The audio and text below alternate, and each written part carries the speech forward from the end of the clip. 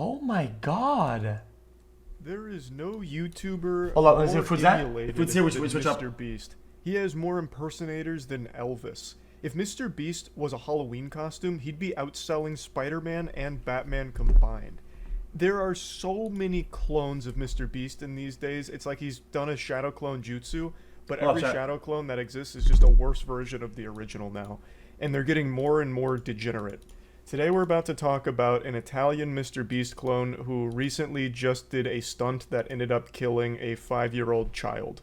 Now this isn't just one person emulating MrBeast, it's a group called The Borderline, and in their About section on YouTube they even name drop MrBeast saying how inspired they were by his content and they want to have that level of success as well.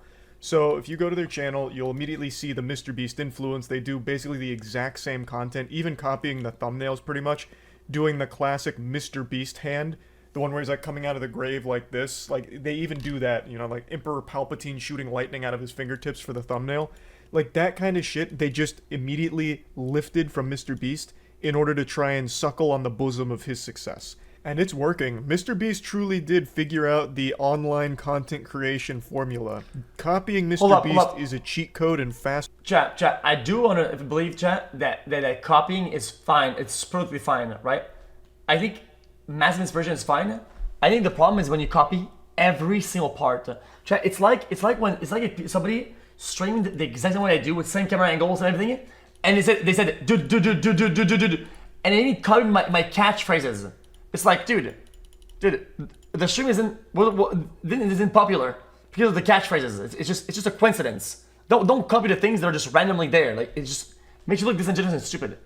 Pass to success. You feel? They've got massive engagement as well for fundamentally just being a carbon copy of whatever MrBeast is doing. It reminds me of that old gag you used to see in cartoons where someone hops up on a photocopier and just keeps like printing up copies of their ass cheeks. That's what this channel did. Anytime MrBeast did a video, they did pretty much the exact same video, but since they're not English speaking, they get a different corner of that market that doesn't have the MrBeast videos being served to it. So it was a pretty smart business model. It just so happened that they were also extremely stupid douchebags that, for some reason, decided that it would be a good idea to risk the lives of everyone around them for their most recent video, which was spending 50 hours in a rented Lamborghini. Now, I called this a stunt in the beginning because that's what a lot of people are calling it in the media. This isn't a stunt. Like, just being in a car for a long period of time, that's called a fucking road trip. Most people can do that without killing someone. Chat. But these experiment stunt, staying in my room for the last 8 years and trying to be happy. Holy! Wait a minute. Assholes are so unbelievably reckless, dangerous, and dumb. This is hard. That they ended up having a head-on collision with another vehicle that killed a 5-year-old child. And it's entirely their fault because they were speeding around, driving recklessly like they were on the fucking set of Fast and Furious, and the big shtick that they were doing with this challenge was insulting other drivers and taunting them. That was one of the big things. They would taunt other drivers during all of this and filming. You did that in LA? I know they did it in LA, dude. You did that in LA, dude? You get people are just gonna ram your car down. I'm telling you, dude. People that have like beat down cars, if you have a supercar, dude, and you do dumb shit, they just fucking go bink. They don't give a fuck. The car. So it's pretty clear that they were distracted driving and were being extremely dangerous and careless on the road, which led to this fatal car accident. Now, this is the driver of the vehicle who was behind the wheel during the crash, but he was not the only one in the car. The rest of the crew was also present as well, and it seems like they were filming all of this garbage, which eventually led to this crash. So he was the one driving, but there is a video from one of the other members here right before they got into the Lamborghini for this challenge. Raga, sta macchina va più veloce di Saetta McQueen. Che cos'è una Lamborghini e c'è vinco la piston cap? Andiamoci sopra, Jessica! Ma questo con la smart che sta facendo? Ah bello, la macchina tua costa 300 euro usata al Conad, la mia costa 1 miliardo, vale quanto Amazon. I found this clip in Scott Schaefer's video, but I couldn't find the original upload of it anymore.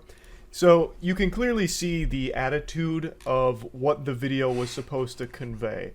Just shitting on all of the other cars in the road because they're in an expensive luxury car for 50 hours. That was the whole video premise. Wow, what a banger. I too remember the classic MrBeast video where he went around calling everyone poor and making fun of them and spitting on them from the comfort of his luxury vehicle.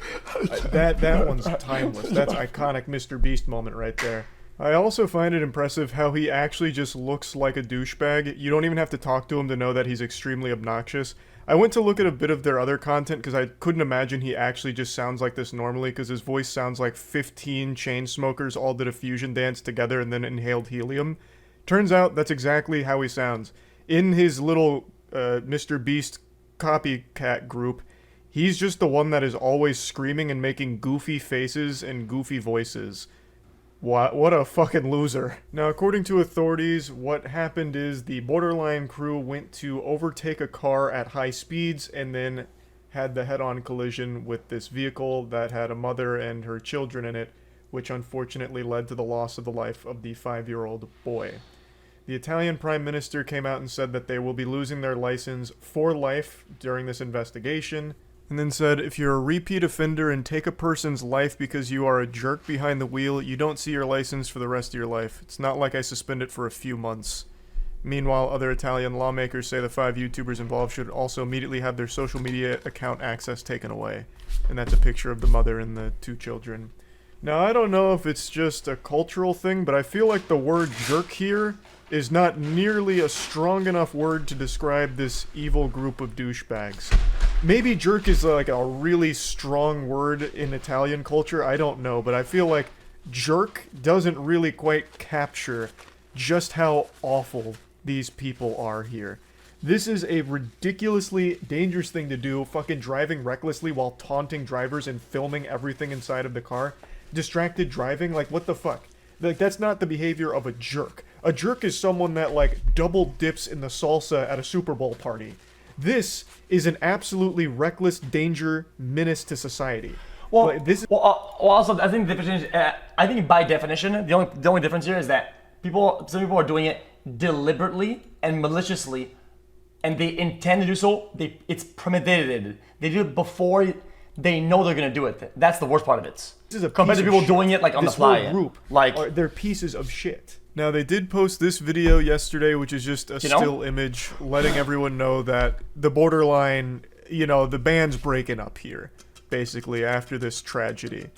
And that's kind of where that's at the moment. It's still all under investigation as of right now. But man, it is fucking horrific. Taking the life of a 5-year-old boy because you were so clout hungry that you came up with this dumb challenge, which is a stupid challenge, by the way, of just staying in a car for 50 hours. That's really boring.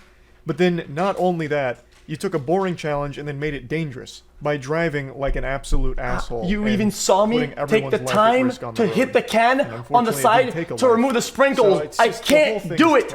I even took the time to do it, man. Isn't necessarily pertaining to the story itself, but just more so the group as a whole, the MrBeast. Did you see it?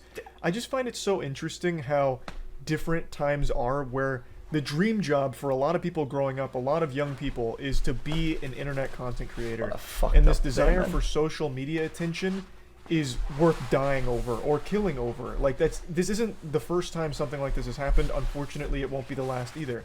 Because as people get more and more hungry for these internet points, they get more and more extreme with the shit that they do with film to try and get the attention. And I just find it so fascinating how different that is than when I was growing up. Times have really changed in a big way. I remember growing up in elementary school, they would ask you, what do you want to be when you grow up? And most kids give, the very standard answers of, I want to be an astronaut, I want to be a firefighter. My answer was I wanted to be a professional basketball player and a professional football player at the same time.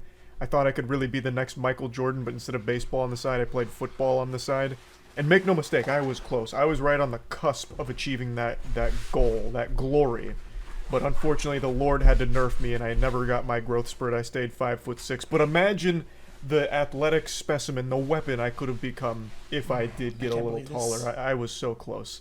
But the point is, that's really changed. Nowadays, most kids answer that question with, they want to be a YouTuber.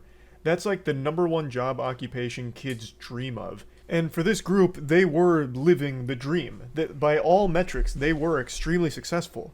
But they just kept getting more and more dangerous with the shit that they were doing for this viral fame, these viral videos, and then it led to this awful situation. It's just fucking sad. I have no sympathy for the YouTubers here. It is entirely their fault. They're old enough to know that what they were doing had very real risk involved. And I just feel horrible for the mother and the surviving child. This is a traumatizing experience that I have no doubt will most likely haunt them for the rest of their lives, and I'm wishing them nothing but the best here. But yeah, fucking awful situation that I just wanted to talk about a little bit. That's really about it. So yeah. Okay. Yep. How you going? Chad, this day, can I get better? It just can't. Okay.